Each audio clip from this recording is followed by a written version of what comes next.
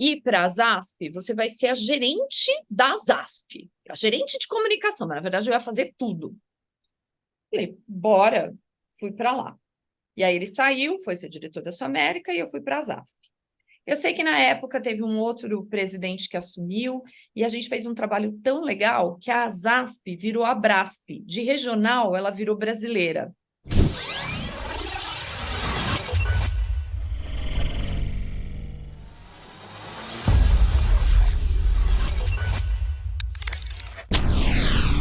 Fala, doutores! Eu sou Ricardo Valente, oftalmologista aqui do Rio de Janeiro, idealizador do canal Fala Doutores, canal esse que você já vem conhecendo, tentando trazer as celebridades da saúde para humanizar essa nossa saúde. E hoje não poderia deixar de faltar a super Kelly Cristina Rodrigues, a mestra da experiência do paciente, CEO e fundadora da Patient Centricity Consulting, sempre um nome rebuscado. Kelly vai falar depois, ela fica reclamando aqui que eu falo umas coisas dela, tal, que fico só botando ela muito no high society, mas ela traz um equilíbrio todo aqui que a gente vai conhecer bem. Graduada em Relações Públicas, MBA pela ESPM, parceira aí do Instituto de Experiência do Paciente da Espanha, mais de 25 anos de experiência na saúde, professora da GV, Dom Cabral, tem que ficar lendo, né, gente? É coisa pra caramba. PUC do Rio Grande do Sul, e autora de um super livro que vocês vão poder ler se vocês quiserem ter todos os detalhes da conversa que vocês vão escutar aqui hoje, que é só uma pincelada de tudo que ela botou no livro. Fala, grande Kelly, tudo bem? Fala, doutor Ricardo. Fala, doutor. Tudo bem? E você? Tudo tranquilo, graças a É um Deus. Kelly, prazer. obrigado aí pelo teu tempo. Eu que Uma agradeço. super honra aí te ter aí, ter a sua participação. Uma querida mestra aí que já me ensinou demais. Sou aí usuário e aluno dos cursos da Kelly, então recomendo, podem fazer que é demais. Obrigada, Ricardo. É um prazer estar aqui com você. E muito legal esse teu projeto, esse trabalho que você está aí trazendo, essa humanização das pessoas, porque é isso, né? A gente tem um estereótipo de quem são as pessoas e quem são as pessoas de verdade. Então, muito legal. Um prazer estar aqui com vocês. Vamos com tudo, a gente sua, mas a gente entrega um pouquinho de verdade. Kelly, fala um pouquinho aí da sua empresa, da sua estrutura, o que é a sua empresa hoje, como você contribui para a saúde. Bacana. A Patient Centricity Consulting é a primeira empresa especializada em experiência do paciente no Brasil.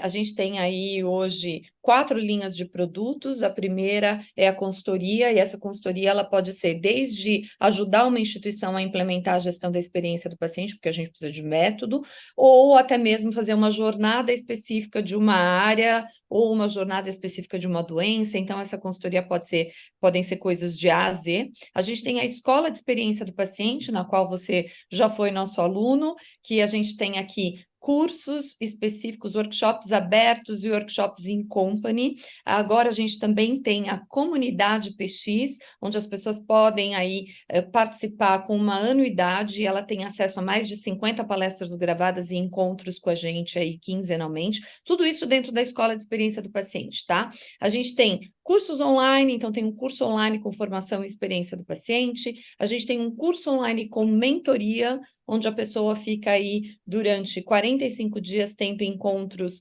5 encontros aqui com a turma toda que está fazendo a mentoria em questão. O nosso terceiro produto é a certificação em experiência do paciente, que é uma joint venture que a gente tem com o Instituto de Experiência de Pacientes da Espanha, onde o Instituto desenvolveu essa certificação que chama Patients First, e nós, no Brasil e em Portugal, estamos habilitados a preparar as instituições de saúde para que elas possam ser certificadas, e depois o Instituto vem para fazer a certificação. E a gente tem as nossas missões internacionais, que é o último produto, as nossas missões internacionais. Uma vez por ano, a gente vai para a Espanha, a gente leva aí os gestores para conhecer instituições que estão mais avançadas em Madrid e em Barcelona. Agora, para 2024, a gente vai ter 2 turmas, porque a turma de junho já está esgotada, e a gente tem um público realmente muito seleto, porque o objetivo é levar as pessoas para fazer toda essa troca de experiência lá. Então é isso, doutor Ricardo, nós estamos atuando em Nem todo... ia desenvolver disso, mas já fiquei curioso. Espera aí, deixa eu te interromper, porque você sabe que eu quase que fui uma vez e aí acabou que me enrolei. Então vamos, agora em novembro. Então, espera aí, me fala. Quantos dias são?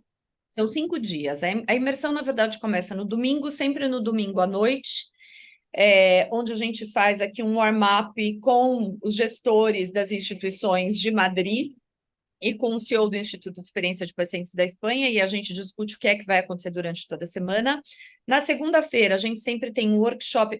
Antes, a gente faz um workshop aqui no Brasil, com todo mundo que vai, porque todo mundo já tem que ir com uma formação específica. Aí chega lá, a gente tem um workshop com o Instituto de Experiência de Pacientes da Espanha, onde a gente traz aqui questões de VBHC, onde a gente traz questões das ligações todas de PRANS e PRONS. Depois a gente começa, esse workshop dura o dia inteiro, e aí a gente começa na terça, quarta e quinta-feira. Terça, quarta, a gente visita 3 instituições em Madrid. Na quinta-feira de manhã, a gente vai para Barcelona. E aí, a gente visita na quinta e na sexta mais 3 instituições e finaliza com um jantar na sexta-feira à noite. Então, é uma imersão, assim, incrível mesmo. As pessoas realmente voltam muito transformadas. E a gente fala que é uma semana que vale aí por um estudo de 2 anos, enfim, que realmente as pessoas voltam com muita ideia, com muito networking, com muita transformação. E fica imersa, né? Essa que eu É, acho que é a grande diferença, né? Acaba e é, que e é você fica o dia prática, inteiro, né? né? De manhã, É o prática. dia inteiro, é o dia inteiro. Então, assim, é cansativo. Quando termina, realmente as pessoas falam, Kelly, estou esgotada, mas estou muito feliz, porque são muitas horas. Então, é assim, a Mas aí gente você começa. acertou no time. É cansativo, mas não morre, né? Porque você começa às 9 da manhã e vai terminar ali à noite. Mas é muito Uhum, legal porque é o tempo todo ali. A gente mescla, né, com o que tem de bacana para conhecer, de uhum. visitar o local. Tem até num dos hospitais de Barcelona, que é o São Paulo, ele é um dos hospitais o primeiro hospital da Espanha. Então, eles têm toda uma parte histórica que patrimônio aí da Unesco. Então, a gente vai tanto na parte nova, onde a gente vê todas as inovações, e onde a gente vai depois fazer uma visita com um guia para entender como tudo começou ali, como os pacientes chegavam, como não existia segurança e qualidade, como isso foi implementado depois. Então, realmente, Ricardo, é uma experiência bem bacana.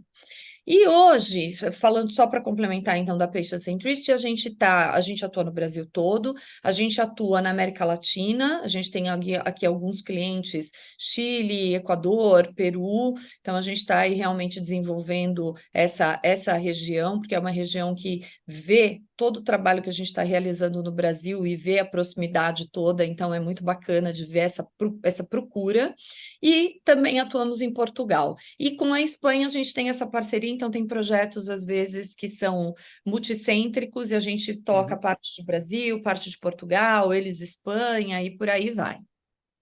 Você já teve algumas visitas dessa.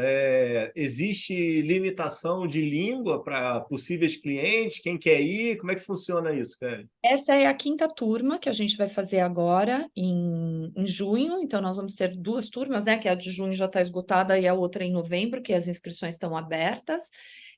Não tem limitação. E por que eu escolho Europa? Primeiro, porque tem essa história da proximidade, até mesmo com a questão cultural e com a história do sistema de saúde, de ser Uhum. mais parecido do que o mercado americano, e também, se a pessoa não fala espanhol fluentemente, ela consegue entender algumas coisas, ela consegue entender, e eu vou fazendo esse wrap-up. Então, por isso que o grupo é um grupo pequeno, é um grupo de no máximo 15 pessoas, onde eu acompanho 100% do tempo e eu vou fazendo às vezes tem gente que realmente não fala, então, eu não consegui entender, então eu vou lá e faço toda a explicação, como a pessoa não consegue perguntar, e aí eu faço a tradução, Uhum. meio que uma tradução simultânea ali, junto com os times, mas não tem nenhum, assim, nunca teve ninguém que foi e falou assim, Kelly, eu não Uhum. entendi nada, sabe? As pessoas conseguem entender, é bem bacana. Ah, maravilha. Essa esteira tá boa, hein, cara? Gostei dessa esteira de produto, hein, Você pô? viu? Tá Assim que tem. sofisticada demais, hein, pô? Pois é, vamos aprendendo, né? Mano, sempre, né? Vamos mandar para frente, né? Sempre, é isso aí, é isso aí. A gente tem que ir inovando, a gente tem que ir entendendo as necessidades do mercado. Às vezes a gente tem uma ideia de que as coisas vão ser de uma forma Ainda mais. mais você, né? Dentro de toda a tua área, né? Eu fui um dia de marketing, viu, Ricardo? Hoje em dia eu já nem sei mais, nem lembro mais, mas enfim, tem ali alguma coisa na veia, né? Tem um sanguinho correndo que consegue entender algumas coisas ainda. Tá. E aí, pensando em Kelly por Kelly, você, em termos de estruturação como ser humano, vamos nós. Onde é que você nasce, Kelly? Você nasce em São Paulo? São Paulo. São São, Paulo, mas os meus pais moravam, quando eu nasci, a gente fui muito pequenininha, com 3 meses, morar em São Bernardo, que fica próximo a São Paulo, né? 20 quilômetros por aí. Então, eu morei lá até os 25 anos, junto com os meus pais. E aí, só Como quando eu é que saí. era a estrutura familiar? Irmãos, os pais presentes, ausentes? Fala aí, como é que foi a tua infância? Meu pai, minha mãe e um irmão mais novo, 1 ano e meio mais novo. Então, somos só nós dois. Sempre fomos muito unidos. O meu pai era bombeiro, e meu pai trabalhava muito, minha mãe era dona de casa. Então, assim, eu sempre todos muito unidos, mas meu pai sempre estava trabalhando bastante, sabe? Essa era a minha lembrança de criança. Então, meu pai participou de grandes incêndios aí, de tipo Andraus, uns incêndios grandes que a gente teve, Joelma, que eu não era nem nascida. Mas eu lembro de quando eu era criança, assim, de um incêndio grande que teve na Avenida Paulista, que acho que foi da Fundação CESP, sei lá, não lembro agora de onde era, mas era um prédio grande, e eu lembro do meu pai estar trabalhando, e a gente ficava na televisão para ver se a gente conseguia achar meu pai. Então, assim, e eu só fui ter noção, assim, de como era bonito, né, o que ele fazia depois de velha, assim, depois que eu cresci. Quando eu era criança, não era aquela coisa, ai, orgulho que meu pai era bombeiro, sabe? Mas hoje é um grande orgulho, sim, de pensar o quanto ele salvava de vidas, né? Respondeu minha pergunta, estava pensando exatamente isso. A criança tem muito essa história, né, com o militar, né, com o bombeiro, esse ícone, né, endeusamento, né? O Com meu você não irmão funcionava assim, não. Era algo comum. sei lá, eu não tinha isso, mas o meu irmão tinha. O meu irmão tinha carrinho de bombeiro, tudo que meu irmão tinha era de bombeiro, era de polícia, sabe? Eu não, eu nem ligava, assim. Eu fui entender isso mais tarde, talvez, né? E você colocando no passado, infelizmente, seus pais não estão mais conosco.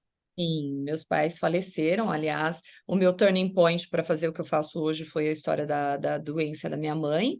Minha mãe morreu muito jovem, com 60 anos, e 5 anos depois, meu pai foi fazer, os dois tinham a mesma idade, meu pai foi fazer uma cirurgia cardíaca e faleceu, com 65. Na Então, cirurgia? não, 3 dias depois da cirurgia. Ele tinha uma Entendi. miocardiopatia e o coração dele fez a cirurgia, tal, deu tudo certo, mas o coração dele não teve força para na retomada aí. E Uhum. aí, 3 dias depois, ele faleceu. Tem um livro que eu adoro, que é O Poder das Conexões, né? E aí, a ideia do livro é que a gente é a média das 5 pessoas que a gente mais convive, né?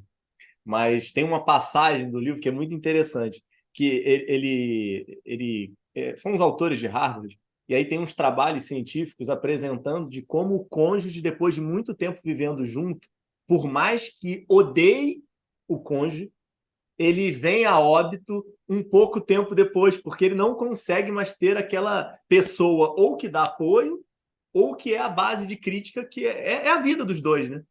Ricardo, é impressionante porque a gente vê isso muito com velhinhos, né? Porque os meus pais não eram tão velhinhos, né? Os meus pais Sim. estavam numa idade média. Mas eu lembro da minha avó, né? Agora eu vou contar a minha história, depois eu vou contar tudo para vocês, mas eu até 2006 eu não tinha perdido ninguém próximo da família. Então foi tudo muito rápido. Aí 2006, um mês antes dos meus filhos nascerem, meu vozinho de 91 anos morreu. Ok. Mas assim, ele estava saudável, aconteceu alguma coisa, Uhum. morreu. E a minha avó, que eles foram casados a vida inteira, né? Aí ela fundou. E aí, 2007, ela morreu. Então, realmente, a gente acho que tem uma conexão que é inconsciente, que a gente não consegue nem entender. E isso para a área de saúde também tem muitas outras coisas, né? Quantas vezes o paciente quer determinada coisa, racionalmente você não vê a relação, e quando ele tem aquilo é quando ele realmente vai embora. Então, tem algumas coisas que a gente realmente não consegue explicar.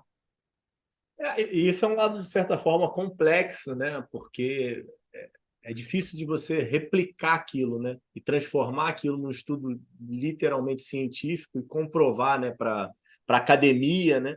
Mas, Mas é impressionante como faz mas aí diferença. na experiência de vida a gente vê que essas coisas se acontecem repetidamente, né? Total, total. Teus avós eram presentes na vida de vocês? Super, super. Eu tive um avô, a parte paterna era uma avó portuguesa e um avô espanhol. O meu avô morreu quando meu pai era novo, meu pai tinha 11 anos, então eu não conhecia esse meu avô. E a minha avó portuguesa não era tão próxima quanto os meus avós maternos. Os meus avós Uhum. maternos eram italianos e eram muito presentes, muito. E como é que foi aí tua adolescência e questão de estudos? Você era boa aluna, era esportista, ligada a artes? Como é que você Eu, nu, se eu nunca fui direciona? Eu nunca fui esportista.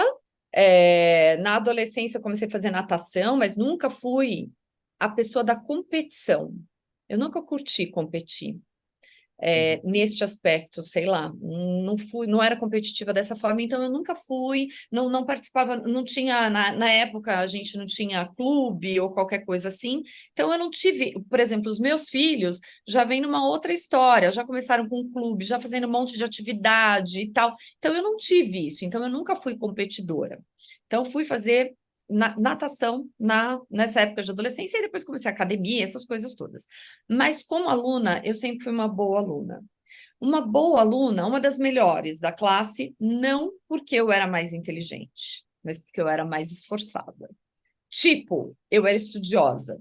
Eu gostava de estudar, eu gostava de saber. Eu lembro quando eu estava no segundo ano do primário lá, que Uhum. teve uma competição, tinha uma competição de estudos, de leitura. E eu ganhava toda a competição. Ganhava assim, um chocolatinho, mas o que eu queria era ganhar, não pela competição, mas porque eu queria, sabe, tipo, tá estudando, tá sabendo. Aí o dia que eu perdi, mas eu chorei tanto, fiquei tão decepcionada. Então é isso, o que eu sinto eu nunca fui, ai, gênia, mas eu estudava, eu fazia a minha parte. Estímulo da família para isso? Como é que era a presença dos teus pais aí nessa história? Sim, sim. Os meus pais não estudaram muito, né? Então, assim, eu escutava muito a história de que se você quer ser alguém na vida, você precisa estudar, né? E eu sempre levei isso muito a sério. Então, assim, eu comparada com meu irmão, minha mãe ia nas reuniões do meu irmão e voltava chorando para casa, porque ele sempre tinha um problema de comportamento, que aprontava. Eu não. Eu era a estudiosa, que fazia todas as coisas certinho e tudo mais. Isso também foi complicado, né? Porque aí eu sempre tive aquele estigma de que era a filha que fazia tudo certo, meu irmão, né? Como é que é o nome do teu irmão? Carlinhos, é Carlos.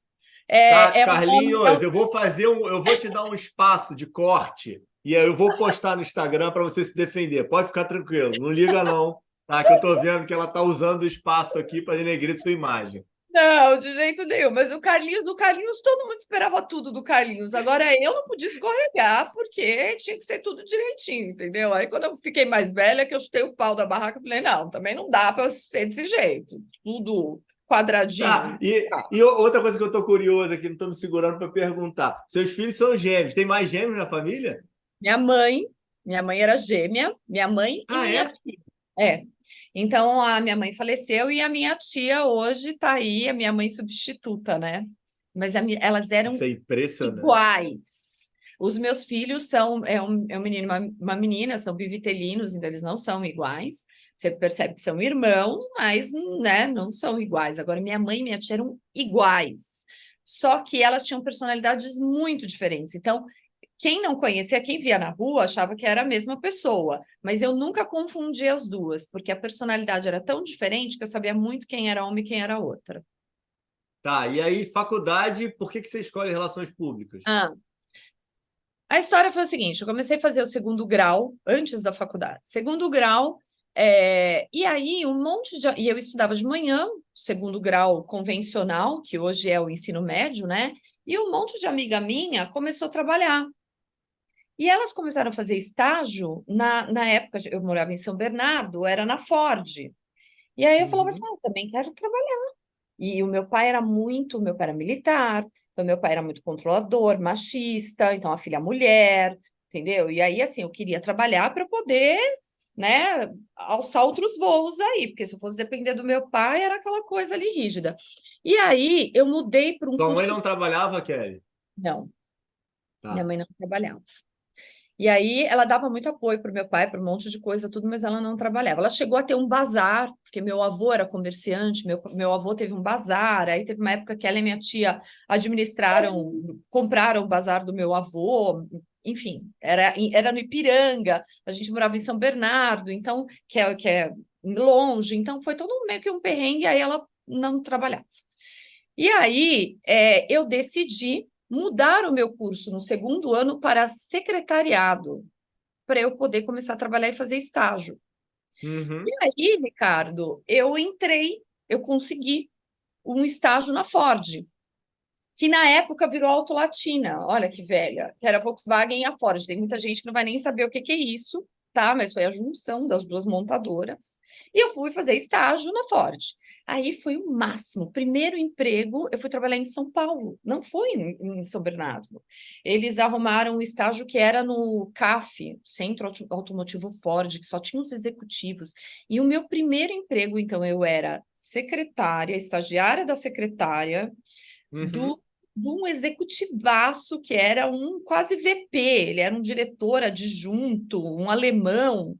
E aí a gente atendia vários executivos. Então, eu era uma menina e eu aprendi a circular num mundo que nem imaginava. Foi super legal. E aí o que aconteceu? Eles, na verdade, acabaram me admitindo para uma vaga que era uma vaga de faculdade. Eu estava no segundo grau, mas eu era toda simpática, não sei o quê, e eles acabaram me deixando lá. Resumo da ópera. Quando eu estava lá, o departamento de relações públicas, olha como eu escolhi a minha profissão. O departamento. Ah, e eu queria ser médica, queria ser pediatra. E aí eu queria fazer patologia clínica no colégio, eu acabei mudando tudo. Sim, queria, mas não queria, assim, super queria, sabe? Queria Tinha ser médica. referência na tua infância de algum parente? Não, Não, não. né? Não Ah. tinha ninguém que trabalhava na área de saúde, mas sei lá, queria ser pediatra. Aí mudei de ideia. E aí, quando eu via o Departamento de Relações Públicas, eu lembro que tinha o lançamento do carro, olha que velha, do Verona. Ia ser no Caribe. E a galera toda do departamento de RP estava indo para o Caribe. Falei, gente, o que esse povo faz? Relações públicas. Eu falei, pois é isso que eu vou fazer na O faculdade. pessoal da edição vai ter que arrumar uma foto de um Verona para colocar aí você falando. Aí, Ricardo, o que que eu fiz? Eu morava em São Bernardo, já trabalhava em São Paulo, tinha Aham. 16 anos, né? 17 já nessa época, acabou meu estágio. E aí era a hora da efetivação. Não, ou você fica dentro, ou você vai embora, né? Ou você é efetivado, ou você vai embora. E nunca tinha vaga, era aquela coisa. E todo mundo gostava super de mim. Então, eles fizeram um jeito que conseguiram arrumar uma vaga para mim em São Bernardo, no plano de saúde. E aí, nessa época, eles já estavam separando Volkswagen e Ford. Então, eu fui parar na fábrica da Volkswagen. E comecei a fazer, e entrei na faculdade. A faculdade, na época de Relações Públicas, tinham duas melhores faculdades. Uma era a USP e a segunda era a Universidade Metodista, que era em São Bernardo. E eu falei, eu Ah, nem perfeito. falei, vou prestar tudo, vou ficar em São Bernardo, porque eu já moro, trabalho e tal. Bom, fui efetivada lá e aí caí no plano de saúde. E fiquei alguns anos, então, trabalhando no plano de saúde da Volkswagen. Então, assim, eu sou realmente old times, porque eu peguei ali toda a quebradeira da área de saúde, quando a área de saúde vivia da ciranda financeira, então não Sim. existia gestão efetivamente. Então, eu trabalhei ali no departamento de credenciamento de prestadores, então eu tinha todo o contato com hospitais. Meu projeto experimental da faculdade foi num hospital que chama Hospital Neumater, lá de São Uhum. Bernardo, que era uma maternidade. Então, meu primeiro projeto já foi de relações públicas, já foi ligado à parte hospitalar. E foi isso, fiquei lá muitos anos, fazia o plano executivo de viagem dos executivos que viajavam lá da Volkswagen. E aí, Esse momento você volta a morar com teus pais? Ou desde o início você não sai da não, casa dos teus pais? Você eu vai para saí São da Paulo e casa, volta todo dia? ia para São Paulo e voltava. Eu tinha 16 anos, 17. Aí eu Tá. fui trabalhar na Ah, Volkswagen. teu pai não ia deixar, né? Não, imagina. Aí eu trabalhei lá até os 25 anos. Nesta época, eu recebi um convite. Ah, e o meu gerente do plano de saúde, ele era terrível. Ele sabia que eu queria sair, porque eu queria fazer a área de comunicação e tal. E ele não queria que eu saísse. Então, o que que ele fazia? Ele me dava projetinhos de comunicação do plano de saúde, como falar com os usuários, que tipo de coisa que a gente sabe. Então, eu cuidava do jornalzinho do plano de saúde, enfim, um monte de coisa da área de saúde lá. Aí, o que que aconteceu? Nessa época, ele foi ser diretor da Sul América. Ele Uhum. saiu.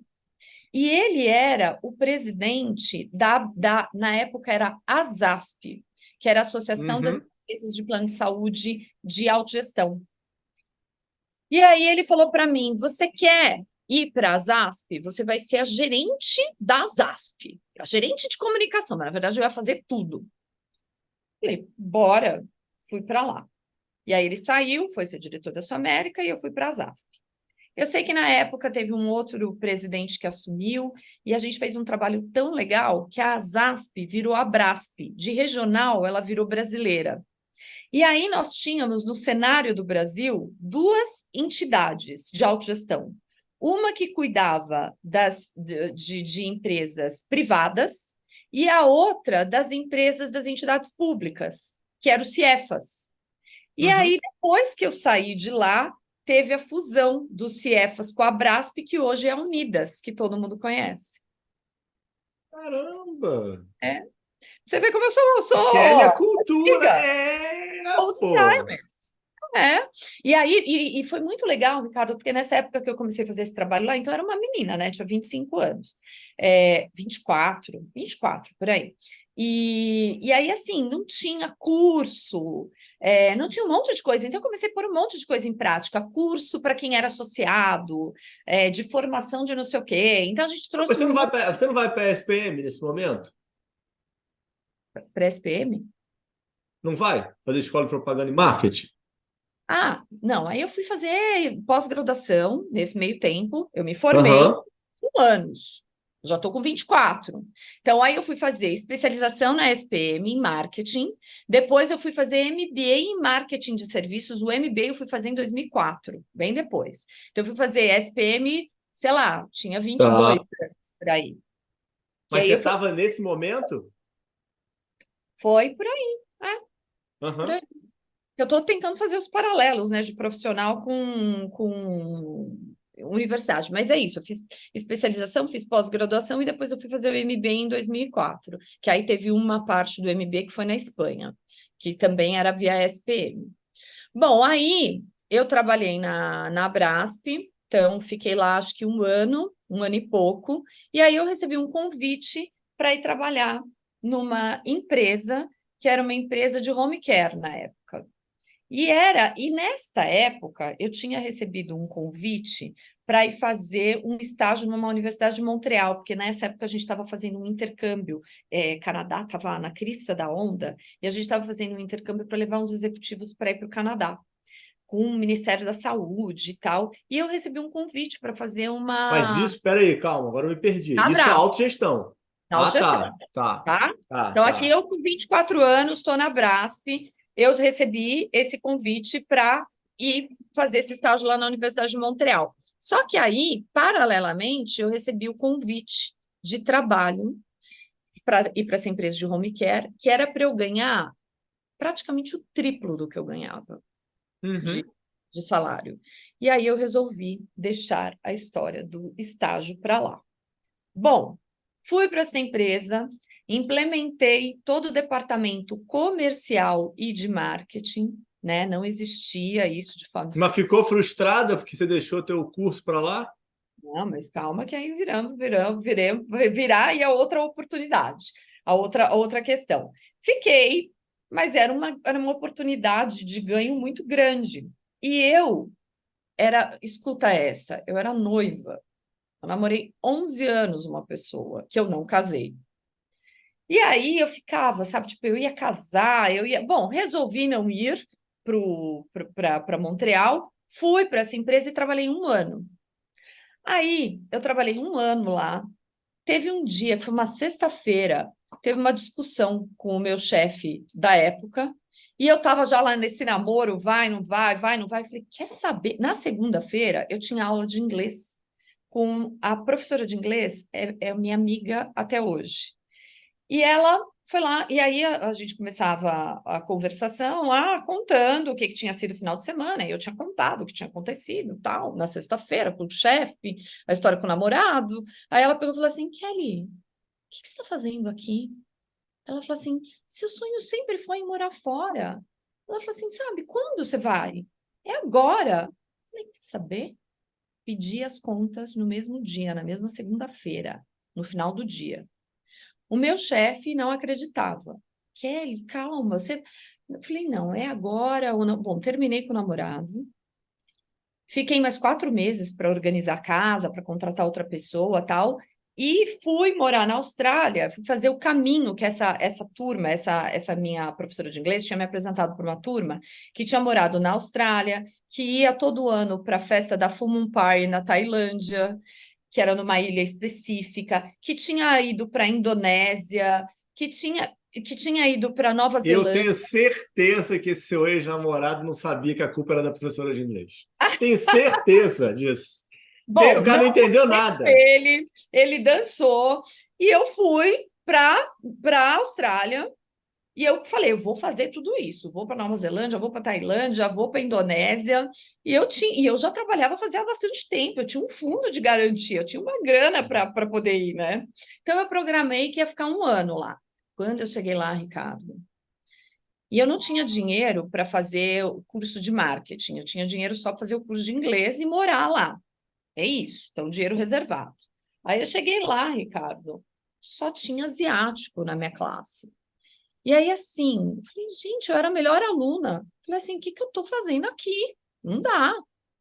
E aí eu resolvi, como eu já. E aí o pessoal que estudava comigo era mais novo, eu tinha 25, o pessoal tinha Uhum. 20, era o papai que estava pagando. Então eu fui lá, briguei, que eu queria meu dinheiro de volta, que eu queria ir para outra escola. Resumo da ópera: eles me deram o curso de marketing que eu queria fazer e não tinha dinheiro.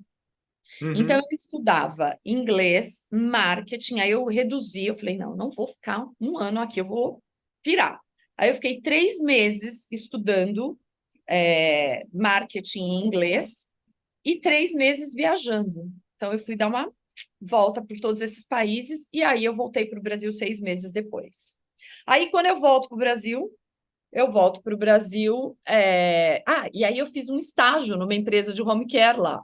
E aí eu ficava trocando as informações com o pessoal do Brasil que eu tinha saído. Então, quando eu voltei, eles me convidaram para voltar, ganhando, aí negociei para ganhar 50% mais do que eu ganhava, né? E aí foi Você é isso. boa nisso, hein, Kelly? Você já foi Viu? ganhando 3 vezes mais, né, pô? Mas aí já tinha passado um tempo, já tinha me acostumado com aquele salário, aí eu dei um upgrade, pô, fiz estudar tudo isso, fiz estágio, não, tinha que ganhar mais. Aí voltei, e aí fui morar sozinha, que aí os meus pais moravam em São Bernardo, e aí eu vim Uhum. morar em São Paulo, morei em Moema, a maior parte desses anos todos, Moema virou minha casa, e aí foi isso, Ricardo. Aí depois, que mais? E aí, quando você sai dessa empresa, quando é que você muda aí de momento profissional? Aí eu voltei para essa empresa, então, eu tinha 26 anos. E aí, gente, trabalhei lá 16 anos. Então, eu entrei como gerente comercial e de marketing, e eu saí como superintendente de marketing. Só que é o seguinte, era uma empresa que foi crescendo bastante, eu participei de todo esse crescimento. Quando eu cheguei lá, tinha 2 unidades de negócio, quando eu saí tinham 7 unidades de negócio, a gente tinha mais de 1.500 pacientes internados aí por todo o Brasil, a gente tinha um centro de dia para idosos, que eu era head desse negócio, foi head de um hospital que a gente chamava de hospital intermediário, também cuidei do negócio de telemedicina, então eu aprendi muito nessa empresa, eu tive a oportunidade de vivenciar todos esses negócios e joint ventures com empresas de outros países. Então, fui para a Espanha, fui para Israel, então foi muito bacana para mim. Eu realmente aprendi muita coisa e a minha maior parte como executiva foi lá. Mas era uma empresa médica, eu não era médica, e era uma empresa que só tinha homem na diretoria. Então, eu era a única mulher até então. Depois que eu saí, vieram outras. Mas eu fui a desbravadora ali. E foi muito difícil, Apanhou sabe? pra caramba, né? Apanhei. Então, assim, tinha hora que eu É bom que tinha. você já estava preparada pelo teu pai, né, pô? Apesar do teu pai ter o carinho paterno, você já Pois, vinha já de uma escola já que... pois é, pois é, pois é. E aí, por isso que a gente vai criando uma casca que você vai aprendendo a equilibrar os pratinhos. Mas chega uma hora na vida que você não aguenta mais determinadas coisas, né? Então, acho que a maturidade também, ficar mais velha tem que servir para alguma coisa. Então, acho que tem coisas que você aguenta até um determinado período e depois aquilo não aguenta mais. E aí, Ricardo, nesse meio tempo, então, eu casei, eu tive meus filhos, minha mãe ficou Teus doente filhos e estão com que idade, Kelly? 17 anos, são gêmeos, um menino 17 e uma anos. menina, o Bruno e a Júlia. Então, as crianças nasceram, eu estava lá, minha mãe morreu, eu estava lá, meu pai morreu, eu estava lá, e eu me divorciei, eu estava lá. Então, eu passei 16 anos da minha vida, que foi um período de grandes transformações, e eu estava vivenciando tudo Intenso, hein? lá. E aí eu tinha pares meus que não tinham condição de ser pares meus, sabe? Então eu tinha que ser muito Uhum. melhor do que eles para estar onde eu estava. Chega uma hora que isso cansa. Junto com este cansaço veio a história da minha mãe. Então minha mãe era super jovem, minha mãe tinha 58 anos e minha mãe teve um mesotelioma pleural, que é um câncer super agressivo, super raro. E a história toda foi o seguinte: minha mãe era gêmea, né? Então, minha mãe, eu sou a filha mais velha, os primeiros netos, as crianças nasceram, minha mãe está em casa me ajudando, meu ex-marido viajava muito a trabalho, trabalha numa empresa americana 10 dias até hoje, por mês ele fica fora do Brasil, então minha mãe estava lá me ajudando, eu tinha babá, tinha uma empregada, mãe, só que de madrugada era a gente, né? Eu, meu ex-marido e minha mãe. E minha mãe começou a sentir uma falta de ar. E eu, que já achava que eu era médica praticamente, que minha mãe era hipertensa. Falei, mãe, vou falar com os meus amigos, tal e tal, e falei com os meus amigos médicos que trabalhavam comigo, e eles me indicaram para lá ir para um hospital especializado em cardiologia, inclusive para emergência, que tinha um amigo nosso que estava lá, que era pneumo. Achei que ignorância é uma bênção, né? Eu não sabia que água no pulmão podia ser algo tão grave. Eu achava que era tipo uma pneumonia. Daqui a pouco vai ficar tudo bem. Resumo da ópera, Ricardo, ela foi internada, ela teve o diagnóstico, ela estava sozinha no quarto, eu com as crianças com poucos dias, aí ela me liga chorando, falando que o médico tinha passado lá para eu conversar com o médico. Aí eu estava naquele momento ainda, quem é mãe sabe como é, naquele momento que você não divide nem com babá, nem com ninguém, que você está lá cuidando. E aí eu tive que deixar as crianças e fui para o hospital.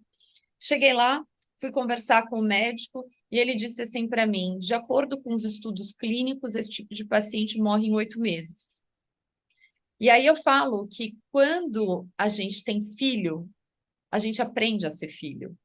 Sabe aquelas coisas que a gente reclama dos nossos pais que hoje os meus filhos devem fazer? Ah, minha mãe é uma chata. Ai, para quê? Se preocupa com tudo. E, nananã. E nessa hora eu fui entender, né, o que era ser filha.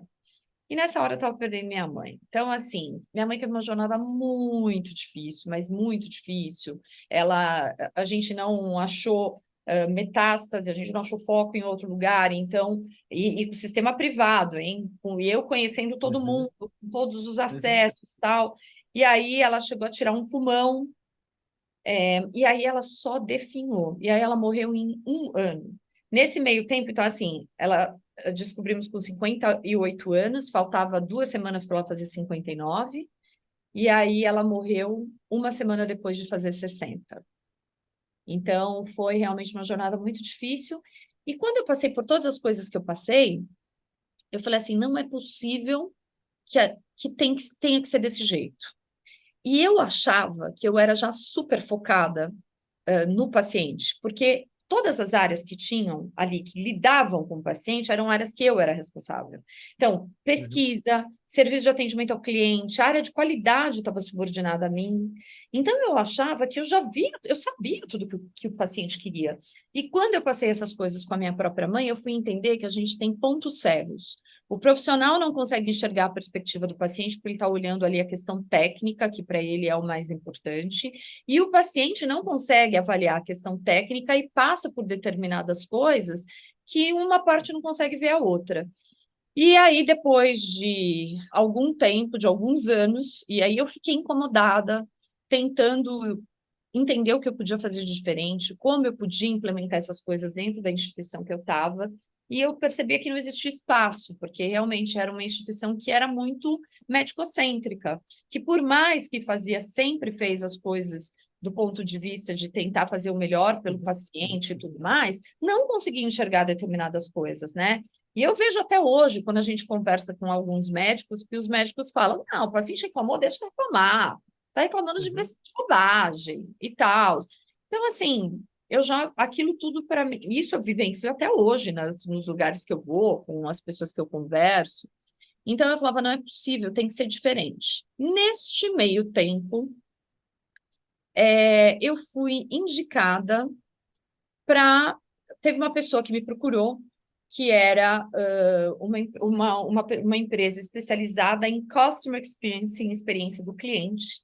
E esse CEO dessa empresa, ele tinha um cara brilhante, tinha feito Harvard, não era médico, e esse cara tinha uma empresa de pesquisa, que foi uma das primeiras empresas de pesquisa do Brasil, que tinha sido vendida para uma multinacional alemã.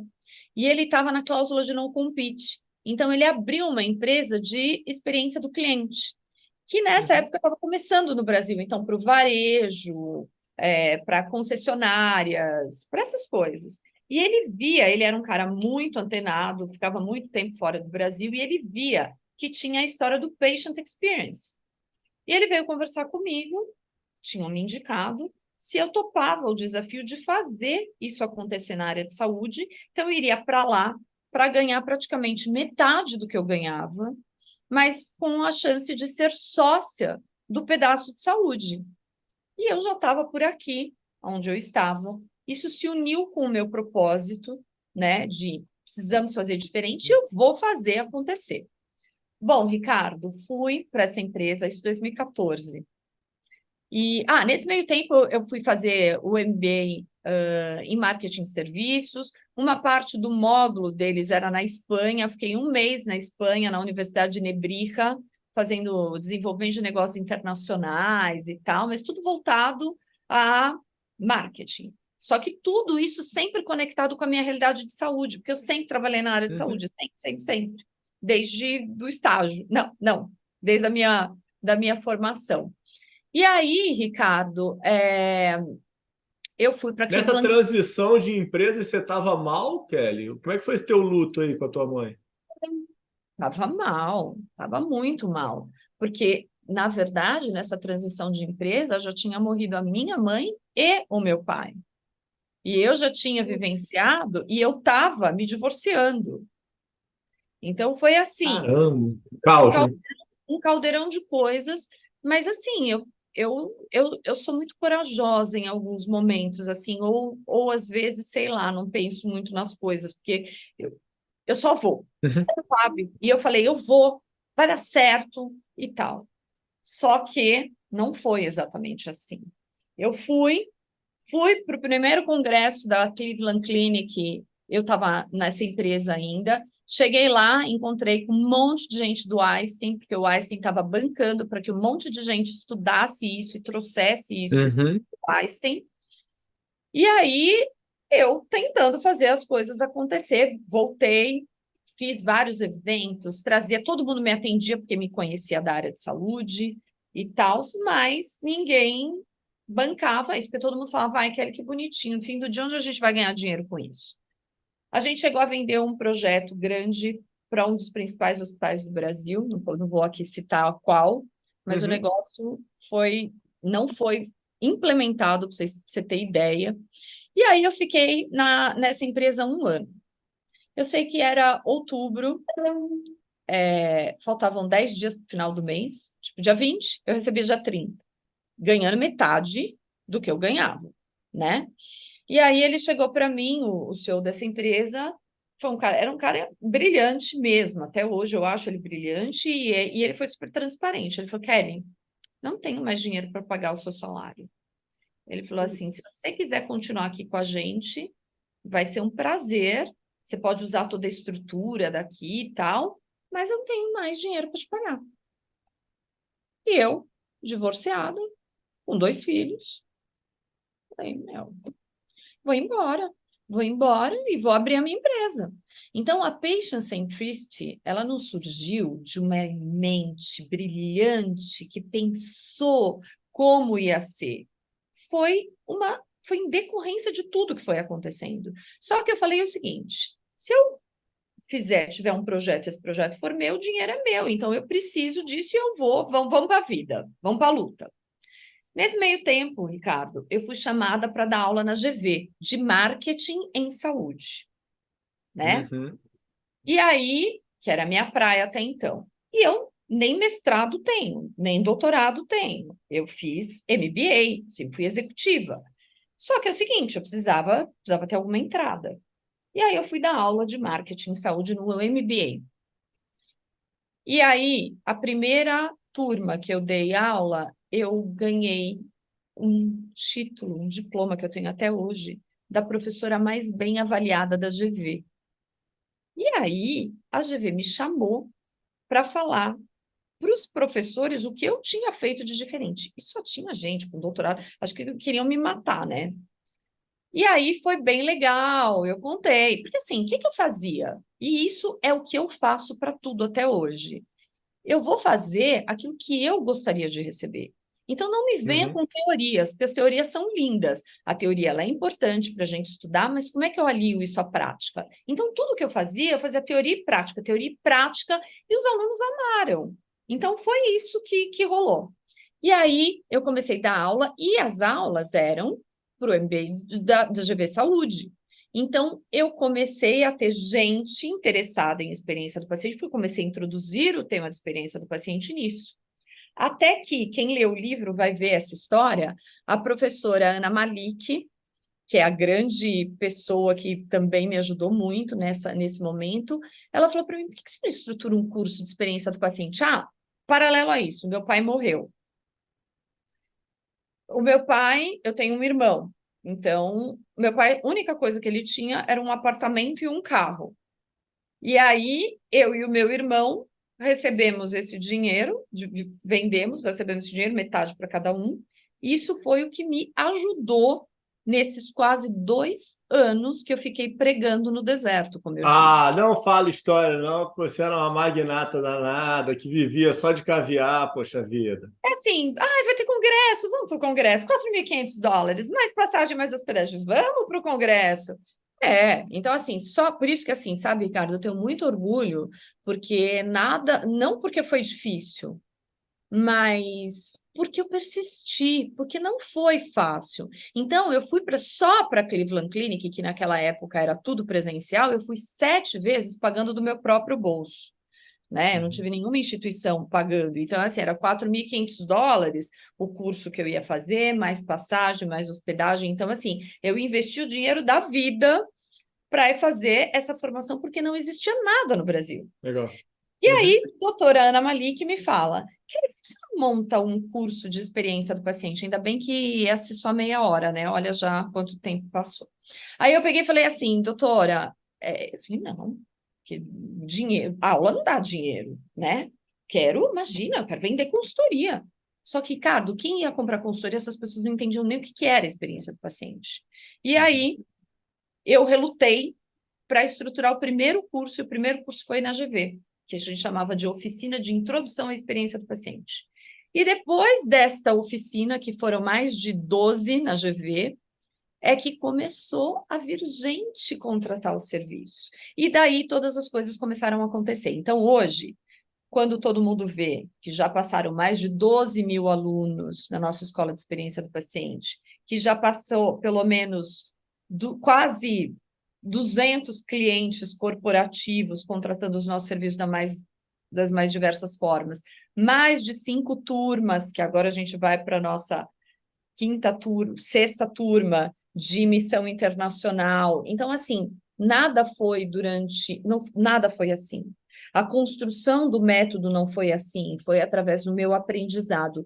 E tudo que eu aprendi de experiência do paciente, não é, ela se conectou a quem eu já era, a tudo que eu já tinha feito na minha vida, a tudo que eu já tinha estudado, a tudo que eu já era uma gestora, eu era uma executiva. Então, tudo isso se plugou com a minha realidade, com as minhas dores, com a minha vivência, e é essa a história. Espetacular, né, grande Kelly? Não, essa tua história é muito legal. Eu acho a tua jornada brilhante. O case, infelizmente, fatídico com a tua mãe, né? A tua perda, você conseguiu transformar em força, né? E utilizar isso daí para o bem, para que outras pessoas não passem pelo que vocês passaram, né? Então, acho que é muito forte. Acho muito legal e muito bacana que você conseguiu, de certa forma, dar a volta por cima. Infelizmente, não tendo uma história melhor para ela, né? Mas com certeza ela é super orgulhosa pelo que você É, vem fazendo aí pelos outros. eu tenho certeza disso, Ricardo. Esses dias semana passada eu estava em Porto Alegre, num hospital, e foram 2 rodadas de palestra com um pessoal incrível no Hospital Mãe de Deus, e tinham mais de 300 pessoas, e assim, sabe, veio assim uma gratidão tão grande eu tenho certeza que os meus pais estariam muito orgulhosos de ver o caminho que eu percorri, mas eu fico muito orgulhosa quando eu vejo os profissionais vindo falar para mim. E quando eu vejo as pessoas que passaram aqui pelos nossos cursos, nas transformações que eles fazem dentro das instituições. Então, eu fico com um orgulho tão grande, mas não é o orgulho de ego, é o orgulho de falar assim, Sim? cara, é possível e as pessoas estão vindo junto. Então, eu fico assim extremamente feliz. E acho que o livro também coroou tudo isso, sabe? Para eu trazer. Eu via muita coisa, sabe, Ricardo, de tudo que eu estudei, muito livro trazendo cases. E o case, por exemplo, os livros da Cleveland Clinic são espetaculares, mas todos contam cases. E o case, ele te inspira, só que ele não te traz método. O difícil é como a gente fazer isso. E foi isso que eu trouxe para esse livro. Eu tenho certeza que tem muita gente que está, através do livro, Onde é que também adquire o livro? A Amazon tendo tem? as transformações da Amazon. Amazon, todos os. Ainda este ano, dá para adquirir pela Patient Centricity, mas tem aí em todas as livrarias e tal, digitais, e você pode comprar tanto o impresso quanto o digital. E a partir do ano que vem vai estar só nas livrarias de Amazon, Magazine Luiza e tal, porque a primeira edição já foi. Então, já foram vendidos Legal. mais de 1.000 exemplares, ele está terminando, então, aqui o da Patient Centricity, então agora vai ser só pelas grandes redes. E é isso, Ricardo, Qual é o título, Kelly, para o pessoal procurar? eu preciso pegar um para te mostrar aqui. Mostra, bota aí na tela, pô. Tem aí na Peraí, mão? peraí, que eu nem tinha pensado nisso, Ricardo. Poxa vida! Tá Kelly, meu vendo? Deus Que do céu, né? Poxa marqueteira que eu vida! sou, meu Deus do céu. Tá vendo? Eu já falo que eu não sou mais marqueteira. Aqui, olha, gente, eu vou compartilhar esta tela aqui, que essa tela mostra Arrasou.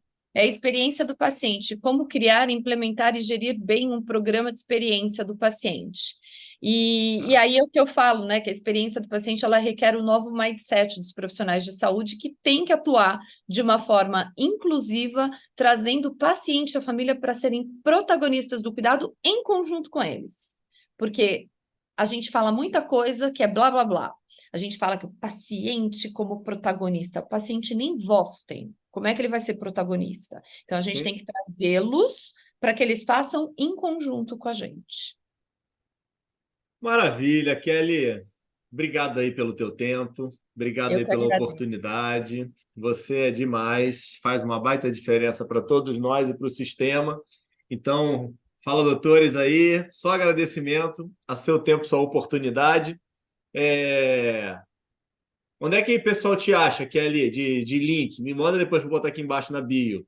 Tá bom, eu Instagram, LinkedIn e mando afins. tudo. Kelly Cristina Rodrigues e o Instagram, LinkedIn, tem o da Patient Centricity Consulting, mas eu mando todos os links para o Ricardo. Eu Então, espero tá por bom. vocês e obrigada pela oportunidade, Ricardo. Parabéns também pelo teu trabalho também de levar voz aí para um monte de gente, de trazer esse aspecto de humanização, porque você também dedica o seu tempo para isso. Então, parabéns, estamos juntos e conte comigo aí para o que você precisar. Tá bom. Pessoal, ó, até ano que vem, hein? Último episódio do ano, tá? Acabou! Acabou. Ano que vem a gente se vê. Beijo, Kelly. Obrigado. Beijo, Ricardo. Tchau, tchau, gente.